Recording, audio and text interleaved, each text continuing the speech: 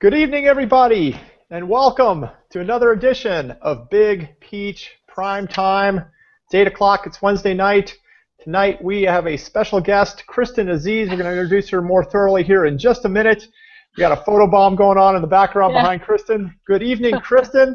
We're going to give you a full and proper introduction in just a minute. Tonight's show is titled "Transformed Running. Does running form matter?" And we're going to talk about that here tonight. And obviously, everybody listening, come to your own conclusions as to whether or not running form matters. We're going to present Big Peach Running Company's version of that, or our interpretation of that question. And Kristen is here tonight to help us along with that. So just so everybody knows, Kristen is the director of Big Peach Running Company's Transformed Running program, which includes everything that is related to running form, whether it be workshops, whether it be previews, whether it be skills and drills, workouts, and some of the other things that may be coming in the future. Kristen oversees all of it and makes sure that the curriculum is up to snuff, the coaches are certified and well-trained, and that as an organization we're up to speed on all the latest and greatest as it relates to running form. That's a lot. Kristen, just so everybody knows, has pretty serious credentials as a runner, having done, I believe, more marathons than she and I could come up with. We finally gave up trying to figure out how many marathons Kristen's done over. Let me ask you this, Kristen. How many years have you been a runner? I have been a runner for 16 years, so I am an adult onset runner, but it has been a while. I like it. An adult onset runner who would have to sit down and go through probably years in her mind to come up with all the different marathons that she has run. She's also a veteran of 4 Ironman distance triathlons, which says a lot. So we know there's at least 4 marathons in there, you know, after a little swim and bike prior to that. So anyway, Kristen's got some pretty serious credentials, both as a runner and as a triathlete. And obviously, I think that's super important as it relates to understanding the importance of running form, because Kristen has obviously encountered her fair share of aches, pains, injuries, discomforts along the way, because quite frankly, it's impossible not to when you've run for 16 years with distances like that. Yes. So I'm going to kick tonight's program off. And before we dive into really getting to know Kristen and Transformed Running at Big Peach Running Company, we're going to talk. So there was a really, really great article that appeared in September last year in the Wall Street Journal. And it talked about gait analysis and the future of running form and what's going on in some hospitals all across the country. I say all across the country, in major cities, I should say across the country, in some hospitals that have human performance centers and things like that, where they are starting to do, they're actually opening performance centers that look at runners and do gait analysis. And you know, it's pretty interesting. I'm going to kind of read some maybe highlights from that article. And it said that 50% of runners will sustain an injury over the course of a year that interrupts their training. So half of us. And you know, interruption could be anywhere from what I'm still dealing with a broken ankle, which is a little bit unusual. That's a big interruption, all the way to, you know, something like a little bit of tendonitis, which may cause you to have to change a workout or miss a workout or something like that. So there's kind of a whole spectrum of injuries that are included in that 50%. But 50%, I mean, that's a lot of people. So it's certainly, you know, something that as runners, and certainly avid runners, we have to take into consideration. What they have found, and what this article reported, is that a lot of the doctors who are in these performance centers have said that, of course, it's not running that is doing the damage. It's the way people run that is doing the damage. So it's not that running's bad for you. In fact, the article went on to say, and actually quoted Dr. James Fries he's the professor of immunology and rheumatology at Stanford University, and quoted James Fries as saying, Dr. Fries, never met the guy myself, that running is actually the greatest interruption to postpone aging that's ever been reported. It's a solid statement right there. So certainly, as we look at the population in this country growing older and yet still wanting to stay active, it seems like, based on what Dr. Fries has found at Stanford and his quote, of course, that would certainly back up running as being a fantastic way for us to stay young as we all grow older.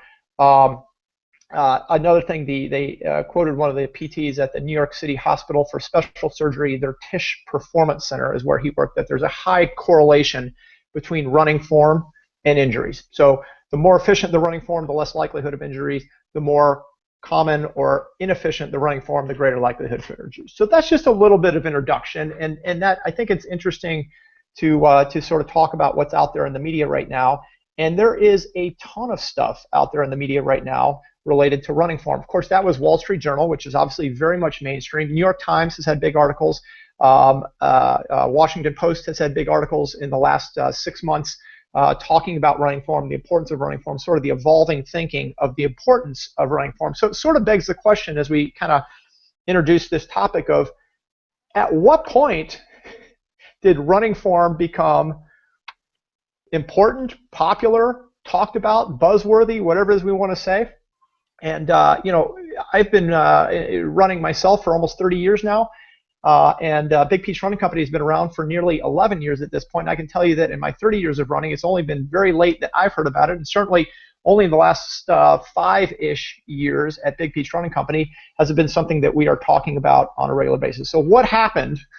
We've gone all this time, and running form has kind of been this, oh yeah, we can kind of talk about running form a little bit, but it's not something that is considered all that important. So I'm going to just cite 2 things that have happened, and Kristen, I'm going to start pulling you into this.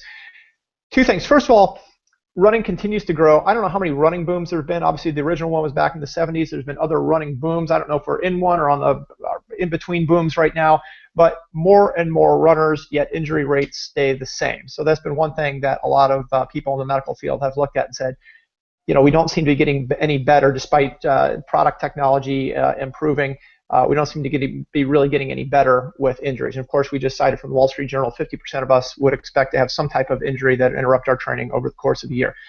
But the other thing that really, I think, for a lot of people called it out was the age of minimal footwear that came out and said, gosh, it's not, it's the shoe. The shoe needs to change completely. If you run in less shoe, more towards a barefoot shoe, that will improve the way you run, and you'll run more efficiently, less injuries. Well, what they left out is that you really have to be an efficient runner in order to do that. So a lot of people went and tried it.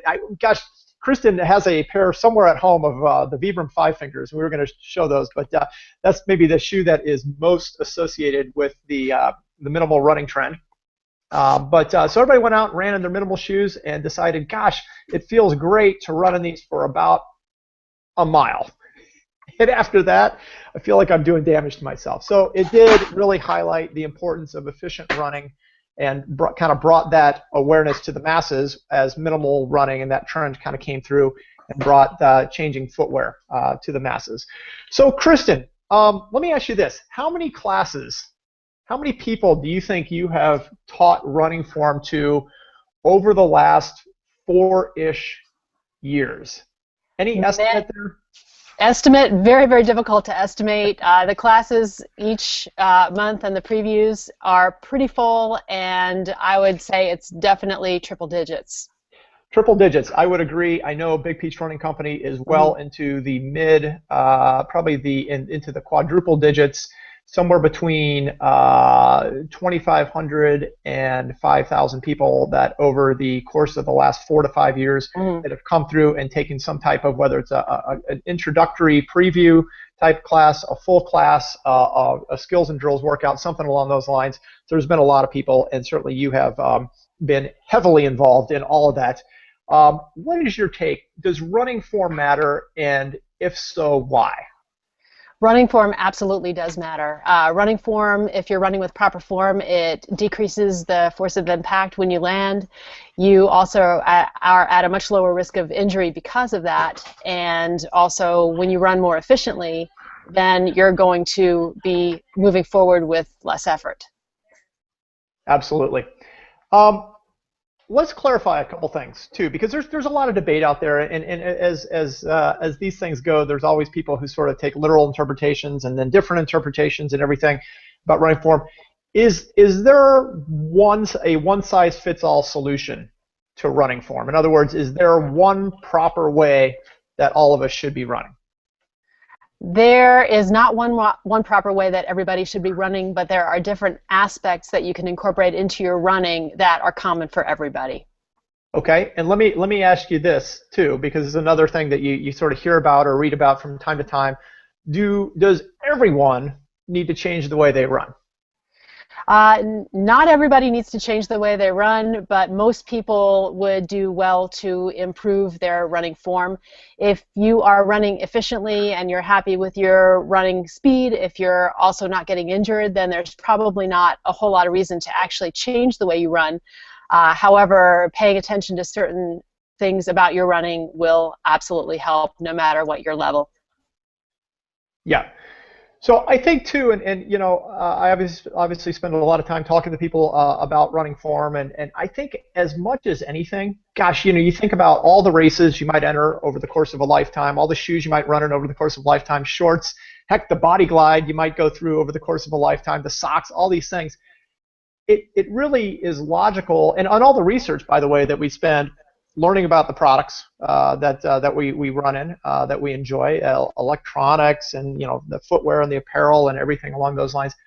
It really stands to reason that taking a little bit of time to, if nothing else, educate ourselves and say, well, what are the important elements of running form, just so if no other reason we're knowledgeable of it.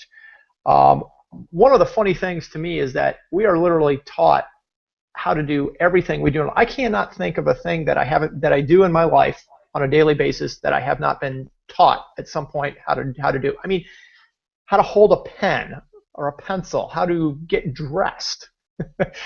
You know, everything we do, we're taught how to do. Every sport that I've ever played, there's been some type of teaching as to how to play it. But the one thing I never had any instruction on, I mean, literally none whatsoever, running. Man, it's funny because now it's the thing I do the most. So I think just getting educated too for everyone, and being able to say, look, I understand the basics, and maybe I want to change things completely. Maybe I want to do some tweaks, or maybe I just want to sort of be aware. I think that's really important as well. So Kristen, when we talk about being knowledgeable in the basic elements of running form, what are some of the basic elements of running form? Okay, so the first basic element of running form is posture. And the posture isn't just how tall you're standing, but it really involves every aspect of how you are moving and standing as well too. So it starts from the feet, works its way all the way up through the top of your head. So we work a lot of posture in our run form workouts and our run form classes, and we talk about it a lot with the guests who come through the door. If you don't have good posture, then it's very, very hard to maintain good running form. So that would be the first aspect. The next aspect would be leaning forward from the ankles, not bending forward from the waist, because when you're leaning forward from the ankles, what that actually does is allows gravity to help you move forward even when you're on a flat surface. And leaning forward from the ankles will give you that forward momentum. And if you think of running as a series of controlled forward falls, that forward lean actually allows you to maintain that.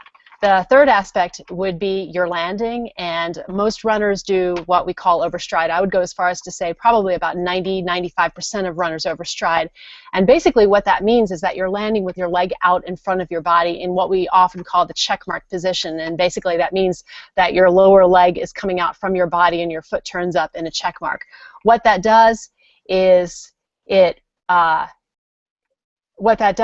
will get you in a position where you're locking out at your knee, and the knee will be locked. When the knee is locked out, that creates a lot of impact, because it would be similar to jumping from one foot to another with a locked out knee. And when you're landing with your leg underneath your body with a soft knee, then that's going to help reduce the impact created. So one of the things overstriding, yes, I mean, I totally agree. I think I sometimes find myself saying 98% of runners are probably guilty of overstriding, which pretty much means all of us.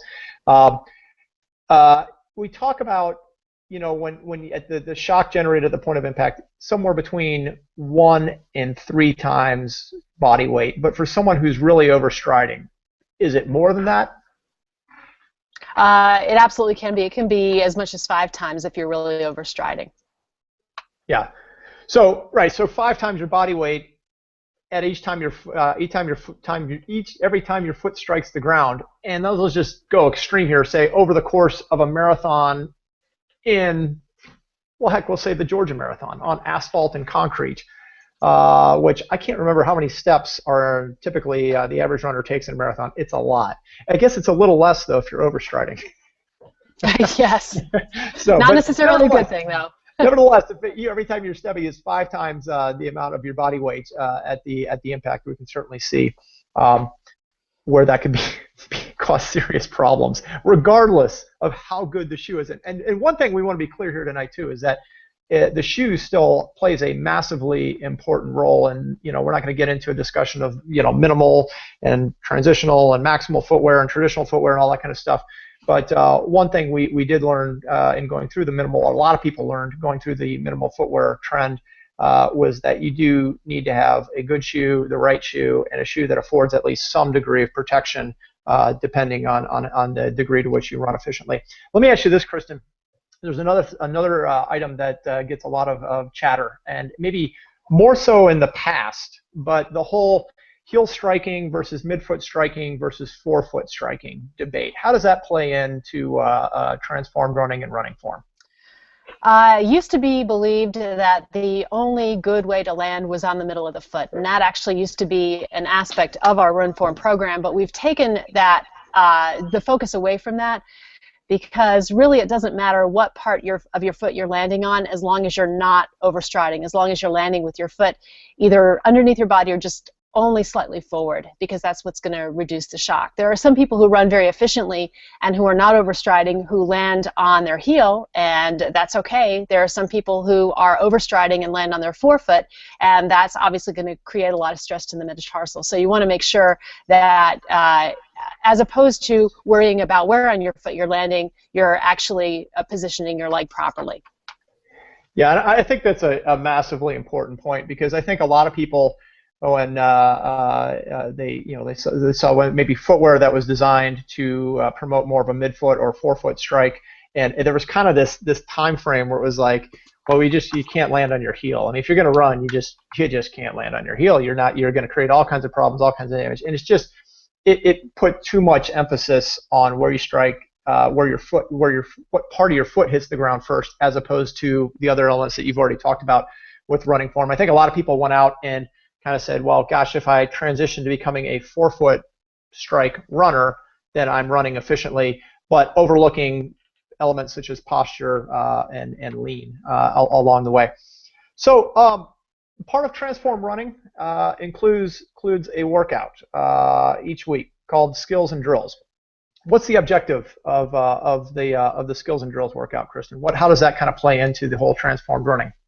Skills and drills workout is an awesome way to teach you how it feels to run with proper running form. And we teach a lot of the principles of the transformed running in the 4-hour workshops, and we introduce the drills and we introduce the skills that we do in the workouts, but the skills and drills workouts actually give our guests the opportunity to practice them on a weekly basis and reinforce what they are learning in the transformed running workshops.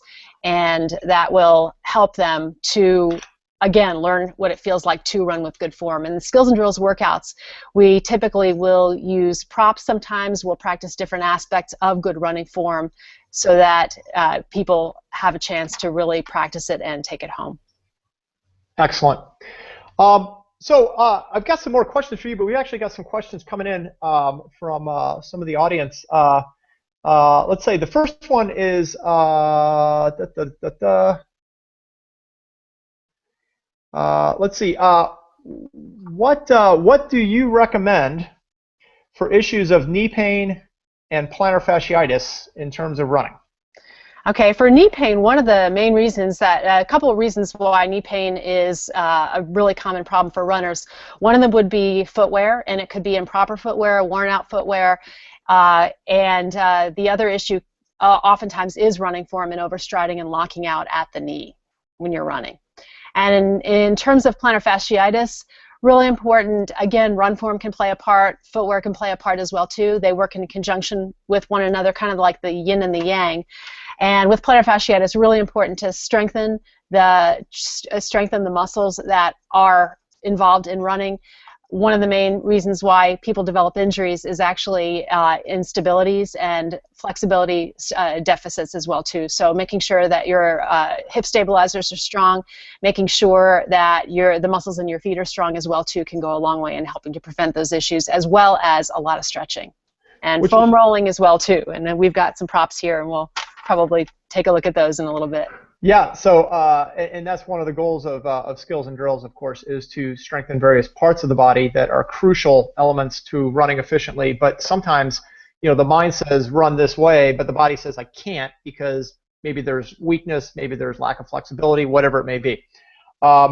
Excellent.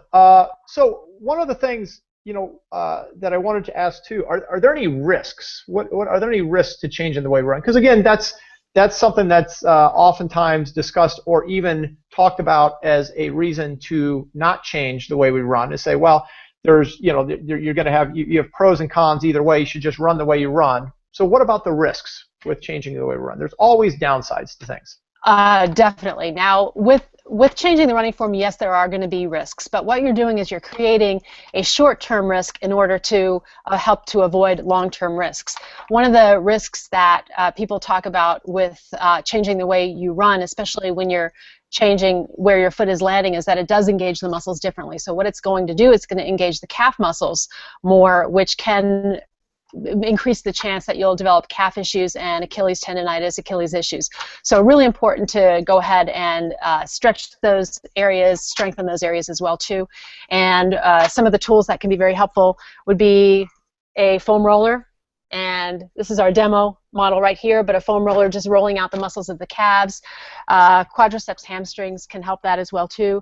And a stick or a grid stick by trigger point, these can really help to roll out the muscles, getting them loose.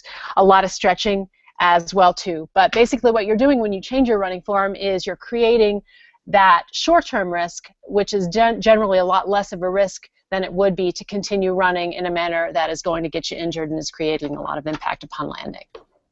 Awesome. Real quick too, some of the cadence has always, a lot of times we hear about cadence. I know we didn't talk about cadence as being one of the three primary elements of transformed running, but what role does cadence play in running form? Because it is something that's one of the staples when you read about running form.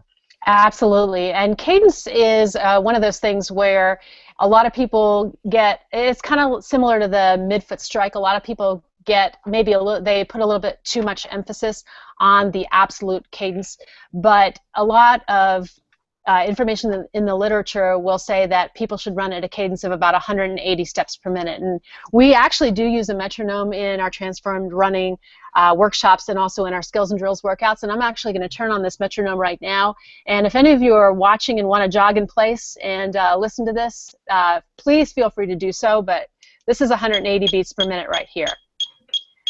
And I see Steve moving there a little bit with the beat of the metronome. And this probably seems a little bit high and choppy to some people, but what cadence does is it is a tool to help you to be less likely to overstride. And when you're running with a higher cadence, what you're doing is you're actually taking shorter steps for the most part, and that helps you land with your leg underneath your body. So we use the metronome as a tool and cadence as a tool to help you to not overstride. So it kind of comes into play with everything else, but instead of focusing just on cadence, because everybody's cadence may vary, it's going to vary depending on your leg length. If you have longer legs, you may have a naturally lower cadence. If you have shorter legs, obviously the inverse would be true. And if you're running a little bit faster, your cadence will be naturally higher. If you're running a little bit more slowly, your cadence may be naturally lower. But a lot of people will use cadence when they're not using cadence as a way to improve their running form. They'll actually increase their cadence dramatically to speed up and decrease it dramatically to slow down and still overstride no matter what they're doing. What we do is we teach you to try to keep a fairly constant cadence, maybe increasing it and decreasing it a little bit depending on your speed, but it's really going to be more of a tool to help you to not overstride. A means to an end as opposed to the end in and of itself. And the one thing really cool about cadence, of course, too, is that it's tangible, right? We can talk about posture, we can talk about landing. Of course, it's easy to feel those when you're standing still, but when all of a sudden everything's moving and you're running, hopefully your head isn't moving like mine just was while you're running. That would be bad posture, I believe. There you go. Cadence is a way that you can actually tangibly measure where you're at with certain aspects. And of course, like you said, if your cadence is lower, it's probably an indication of overstriding. So we didn't, and we're not going to talk about minimal footwear, but just real quickly, as we talk about products that might be useful or beneficial to running form, what role does footwear play, and in terms of types of shoes that might, we'll say, promote a little bit more of an efficient stride? Okay, so you can really run you can run efficiently in any shoe. However, if you're in a shoe that allows you to feel the ground a little bit more, it's going to make you more aware of where you're landing. And there have been a lot of companies that have come out with footwear that's either a little bit less substantial, the midsole is a little bit less substantial so you can feel the ground more, or possibly a shoe that has a lower heel-to-toe drop. And a lot of times the heel-to-toe drop can make it to where you're more likely to notice where your foot is landing. Got it. I may have a follow-up on that, but real quick, there's a couple of questions that have come in. From Sherry, it says, hello, Sherry. My 10-year-old loves to run. Is he too young to take one of your classes? That's a great question. We've had kids as young as I've actually personally had kids as young as 8 in the classes, and it obviously for the 4-hour workshops, it really depends on the maturity of the child, but what I would definitely recommend is bring them to our free skills and drills workouts, because those workouts are fun. We use jump ropes, we use mini hurdles, we use agility ladders, we use cones, we'll sometimes play hopscotch. We do all sorts of games and drills that will really appeal to kids, and they're more active. So I would absolutely recommend them to come there. And definitely some kids at 10 years old, a lot of them may be mature enough to have that attention span to take a full workshop. Yes, absolutely. And maybe 2 notes on that. Yeah, with summer vacation coming on the horizon, counting down the weeks, I think at this point, skills and drills is a fantastic way to bring the family to have a fun little workout. We never go very far. In some stores, we never leave the parking lot. In Swanee, where Kristen is located, there's a fantastic green space right out in front of the store, and we never go too far away from the green space. So it's actually a great social activity and a way to, it's actually a great way for the family to have a good time. One other question, this is from Pat. Hello, Pat. Thanks for listening tonight. Is it possible to arrange for a private class for my fitness group at work? Absolutely, and we've done that in the past as well too. If you're interested in having a private class, we're more than happy to bring our Transformed Running program to your workplace, either in the form of the 4-hour workshops, which include video analysis. We take at least 8 videos of each participant, and we draw lines on them, and we analyze running form. We show you what you're doing really well. We show you where you can improve. We email you those videos, and that's in either the private Transformed Running or at the workshops in our stores. So we could do the full 4-hour workshops, or we can even bring skills and drills and previews to your workplace as well too. Excellent. Flexible. It travels. It travels very, very nicely. It's an iPad and a metronome, right? Exactly. Fantastic. So one note too, we talked about how Transformed Running is evolving. There is actually in the works, and I think we're hoping maybe back half of this year that there will actually be a youth version that will, of course, be shortened and really focus on things that would be perfectly appropriate to kids, both in terms of where they're at with their running, but also where they're at with their attention spans. Yes. So that's in the works, and hopefully that will be something that gets unveiled later on this year. So Kristen, real quick, so there's three elements we've talked about. There's the Transform Running preview, there's the Transform Running workshops, and then there's the Transform Running skills and drills. Really quick, could you talk about the differences between the three? Absolutely. The Transformed Running workshops are 4 hours total. We generally do them at the stores in 2-hour sessions 2 weeks apart, and that 2 weeks gives our participants a chance to practice. And during those workshops, as I mentioned, we do extensive videoing of running form.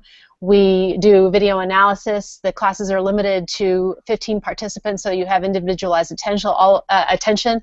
All of our coaches are certified. We email you your videos. We're always available for feedback, and we keep in close contact with our participants. So it's a great way to know actually what your run form looks like. It's kind of like on social media. You see those pictures of what I think I look like when I run and what I actually look like when I run. So the Transform Running workshops will give you that that feedback, and it's a great way to actually know what you're doing. And the Transform Running previews, basically we present the principles of Transformed Running, and we talk about what we do in our classes. So for do-it-yourselfers, that may be enough. It'll also give you an idea of what you'll get when you actually sign up for a workshop. The Transformed Running skills and drills, as we talked about before, is a way that you can teach your body what it feels like to run with proper form, and that is a weekly workout. And again, I always tell people that the Transformed Running workshops really work in conjunction with the Transformed Running skills and drills. You don't have to do one to do the other, but it really helps you to be able to do both. Okay, and so maybe just to summarize there, the previews are free, they're 1 hour, and they're offered every month in all 7 stores. The workshops, $60, 4 hours, obviously much more extensive than the preview, full video analysis, which isn't offered in the preview, and then skills and drill, and they're every month in every store as well, and then skills and drills is a weekly workout, free, roughly 45 minutes, moderate in intensity, and we actually got a question that will build on that comment about moderate in intensity here in a second. I think I said everything I need to say. Free every week, depending on the store, depends on the day of the week and all that. So we do have a question about skills and drills. It says from Sandy. Hello, Sandy. Sounds like fun. I'm not, but I don't necessarily. Sandy's been doing the boot camps. He doesn't necessarily want somebody to bark out orders to her all evening long. Fair enough. So Sandy's wondering, is skills and drills a more laid-back approach as far as workout goes? Okay. Okay. So obviously, whoever's leading the workout is going to have their own personality to it, but the workout is not meant to be a high-intensity workout, and we certainly shouldn't have coaches barking out orders to you. It's a very encouraging atmosphere, and it's more of a fun workout than it is something that's really going to be something that it feels like drudgery, if that makes sense. Yeah. So yeah, it's really meant to focus on, I think, teaching. The intensity is designed to be moderate. You'll sweat at some and you'll get your heart rate up, but it's not meant to get you in razor shape. It's meant to teach your body what it feels like to run efficiently, as Kristen has already said. So where does anyone go if they want to find out? Okay, great, this is interesting. I need to find out more. I know you're saying it's every month. That's not specific enough to me. I'd like to actually know, how does it fit into my schedule? Where do I go to find out more information about Transformed Running at Big Peach Running Company? Basically, just you can go on to Big Peach Running Company homepage, and it links it from the homepage. We also have a monthly newsletter, and that gives the dates and the times of all the workshops, the previews, and the skills and drills workouts. And you can go to the Facebook page, Big Peach Running Company Facebook page, and Twitter at Peachy Runs as well. Awesome. Good. I don't know that I'm just checking real quick to see if we if we have any other questions. I think we've covered them all. You never know, I may have missed one. Kristen, thank you so much for hanging out with us this evening. Big Peach Prime Time. Thank you. Awesome. Thank you. I know I can speak for everyone at Big Peach Running Company. We're super excited about the future of running form and how it can benefit people and help people enjoy their running more. Whether you are a brand new runner and just trying to figure out how you are ever going to actually like running, or if you're a veteran runner, have been running a long time and trying to figure out how to keep the injuries at bay, run a little bit more efficiently, maybe enjoy it more, maybe run faster, whatever it may be. We're super excited about this element and are looking forward to rolling out more previews, more workshops, and also more dimensions under the Transformed Running banner. Thanks, Kristen, so much for everything. And that's going to wrap it up for this week. Reminder, we are back next week, which I believe is May 6th, Wednesday, May 6th, 8 p.m. prime time. What else could you possibly have going on at 8 p.m. on a Wednesday night, so short of sitting in with us? Next week, we're going to have Brennan Pratt from Adidas, and we are going to be talking about the future of footwear design from Adidas's perspective, as well as the new Ultra Boost, which just came out and in some circles has been touted as shoe of the year. Adidas has actually touted it as the greatest running shoe ever, or the best running shoe ever, with a question mark after it. So we're going to talk with Brennan. He's going to be able to give us the insight as to what's going on over at Adidas in terms of the current and the future vision with footwear. So that should be really cool. Who knows? We may hit him up with a couple of form questions, as well as how Adidas is taking the form element into consideration as it considers footwear design. So that does it for tonight. Remember, Big Peach Running Company, 7 locations. Visit us, bigpeachrunningcompany.com, on Facebook and Twitter. And as always, may your best miles be those covered on foot. Good night.